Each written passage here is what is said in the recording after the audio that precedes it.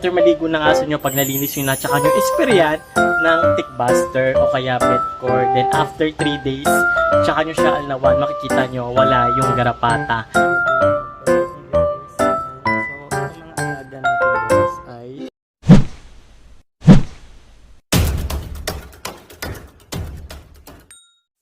Hello everyone, ako nga pala si Jan at ito yung mga alaga nating newborn puppies. Ito guys, kung meron kayong mga newborn puppies na inaalagaan sa bahay nyo, napaka-importante talaga na magmamap kayo. Kailangan parati kayong nagdi-disinfect ng sahig ninyo para hindi naman makapasok yung parvovirus at saka distemper sa loob ng bahay. Kailangan din natin itong linisin yung kanilang higaan. Kailangan talaga itong punasan. At yung patipad naman nila, kailangan everyday ko itong papalitan. Napapansin ko na rin talaga na mas gusto nila humiga sa may tiles. Ayaw din nila humiga sa may karton. Magto 2 weeks na nga rin itong mga alaga nating pangok at kumakapal na rin yung balahibo nila. Napapansin ko na rin yung mata nila yung unti nang dumidilat. Kumakapal na rin kasi yung balahibo nila kaya siguro ayaw na nila sa medyo mainit na part. Minsan nga pinapatay ko na rin tong Billy light nila para hindi na sila lalong mainitan. Kapag tanghali kasi dito sa amin sobrang init din talaga kaya pinapatay ko na rin to. 3 weeks ko nga pala sila dinideworm para kaya na nila yung tapang ng gamot. Dati pala yung ginagamit kong pang deworm sa mga alaga nating puppies is yung Printel Embonade. At dahil nga sa meron nagturo sa akin na baguhin ko daw kasi mas maganda daw yung ginagamit nila, yun na rin yung gagamitin ko. And then isi-share ko rin sa inyo kapag nakabili ako. Sa ngayon kasi wala pa akong nakikita at hindi ko alam kung saan ako bibili nun. At ito nga mga kapangot, chinecheck ko rin yung mga puppies natin, baka meron silang garapata. Napansin ko kasi kay Rabia may mga garapata siya na kinuha ko pa isa-isa. Parati ko rin kasi ito nililinis si Rabia, pinupunasan ko yung mga dibdib niya para malinis pagdede ng mga puppies niya. And then nakikita ko may garapata siya, tinatanggal ko na rin. Hindi ko pa rin kasi siya napapaliguan kasi kailangan 2 weeks muna bago siya mapaliguan. Ginagawa ko nga kay Rabia tuwing gabi, papunas-punas lang talaga kami at napabili na rin ako ng tick buster na Prefronil para sa mga alaga nating aso para maiwasan na kumalat pa yung garapata. So guys, ito rin pala yung ginagamit ko ngayon na pamatay ng garapata. So nabili ko, ito matagal ko na rin siyang ginagamit bago pa ako gumamit ng Betcor. So ito talaga yung ginagamit ko before. Naubusan kasi ako ng Betcor at dahil nga summer ngayon, talamak na naman yung garapata. Kaya ang ginawa ko, bumili na ako ng malaki. Kasi ito guys, nasa 300 plus lang to. Itong ganito. Tapos, meron na siyang kasamang maliit na spray. So ito pala guys gamit ko is Tick Buster from Prolific yata to. Prefronil Tick Buster. So, para rin siyang Betcor kapag ginamit nyo. Ito siya. Prefronil Tick Buster Spray. Same sila ng Betcor kung paano siya gamitin.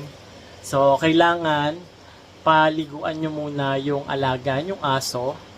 Tapos, i-dry nyo at saka nyo i-apply to sa anit ng mga alaga nyong aso.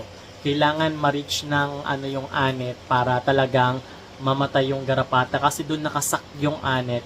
Kasi doon nakasak yung garapata sa mga anit. So, ayan. Yung ganito, nasa 100 plus lang yung ganito, 99 yata. Kasi ito nasa 300 yata yung ganito. So, ayan. I-check nyo na lang sa Shopee at saka sa Lazada. So, ito yung ginagamit ko. Kaya malaki na yung ginamit ko kasi marami akong alagang aso. Wala namang ganitong kalaki na Betcor. Kaya ito yung binili ko. Ayan, bago nyo gamitin, i-shake nyo lang. Tapos, gumamit kayo ng spray gun, tsaka nyo spray sa alaga nyong aso. So, after 3 days, anlawan nyo, doon nyo makikita na ubos na yung garapata ng alaga nyong aso. Para siyang Betcor din. Ayan. Ito kasi yung binili ko, tapos meron na siyang pring isa.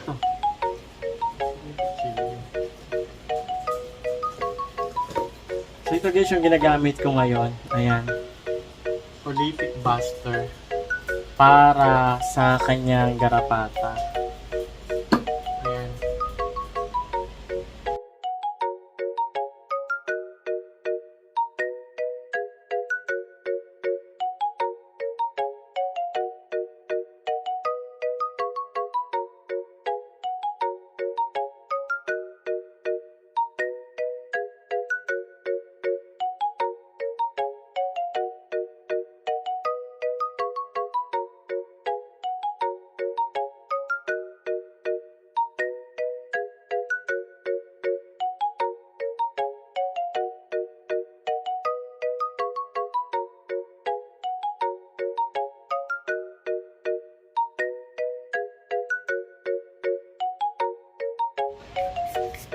pag masipag kayo mag-spray, ito. Pero kung wala kayong time mag-spray sa mga alaga nyong aso, gamit kayo ng NexGard guys.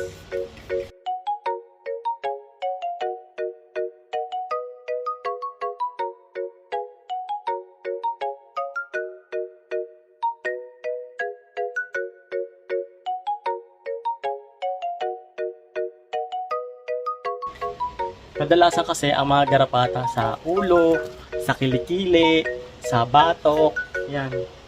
Sa katawan wala naman eh. Talagang dito lang sila sa part na to. Diyan kadalasan maraming garapata sa batok. Minsan sa ilalim ng leeg, ganyan.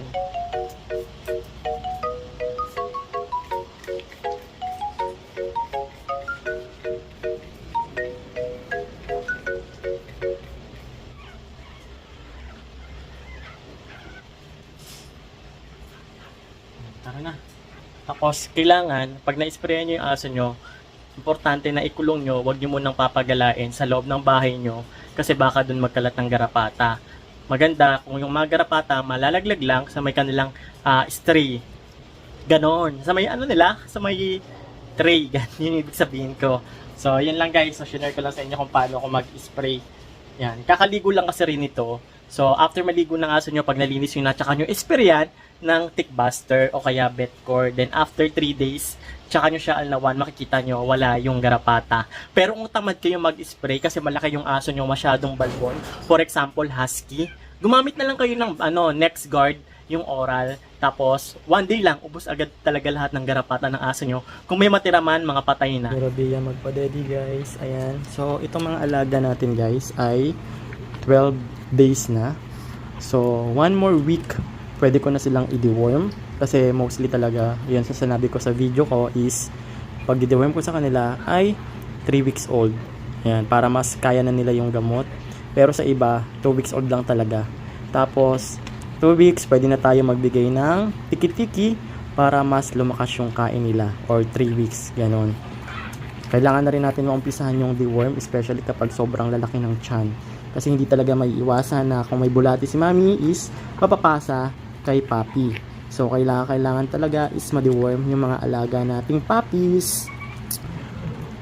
Kung iumpisahan natin yung pag-deworm ng 2 weeks, another 2 weeks para sa second deworm, another 2 weeks ulit, basta every 2 weeks hanggang maka 3 times deworm kayo or 4 times deworm hanggang sa mag 2 months sila. Then, doon nyo na iumpisahan yung vaccination ng 5-in-1 shot or 6-in-1 shot, depende guys sa budget ninyo para sa mga alaga nyong aso. Then, yon. So, antay-antay na lang guys. Siguro ito guys, mga 1.5 months. Kapag napapakain ko na sila, pwede ko na silang i-release. Ayan, pwede ko nang i-share yung isang puppy sa inyo.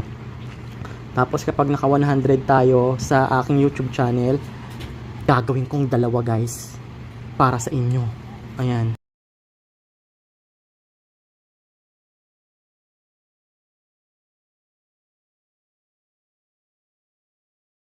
At ito na nga guys, yung update sa ating mga alagang puppies. Onting tiis na lang mga kapango, mga katropa pets, at malapit na rin sila ma-release. So yung isa nga ay ating ipapag-giveaway sa inyo bilang pasasalamat. At kapag naka 100k tayo dito sa aking YouTube channel, so mamimigay tayo ng 2 puppies. Ang ginagamit ko rin pala na pamatay ng garapata sa mga alaga kong aso ay tickbuster na free pronil. Available po to sa Shopee at saka sa Lazada. At saka nga po pala mga kapango, mga katropa pets, mga kapur parents, this coming Tuesday, maglalay po tayo dito sa aking YouTube channel para maglilista na po ako sa mga gustong sumali sa ating pag-giveaway ng puppy. Kaya kailangan guys ay importante ay nakasubscribe kayo dito sa aking YouTube channel na Chitsupo Family at naka-notification bell icon on kayo para manonotify kayo kapag nag-live na ako kasi mag-i-start na rin ako maglista ng mga gustong sumali. At pwede rin kayong mag-update sa aking Facebook page na Chitsupo Family dahil soon mamimigay din tayo sa aking Facebook page ng puppy. So yun lang guys, ito yung aking update sa aking mga puppies. Maraming salamat po sa mga bago nating subscriber at saka sa mga sumusuporta, nagla-like, nag-share at nagko-comment po. Maraming salamat po sa inyo. Na-appreciate ko po talaga kayo. So yung hanggang dito na lang. Maraming salamat po sa panonood.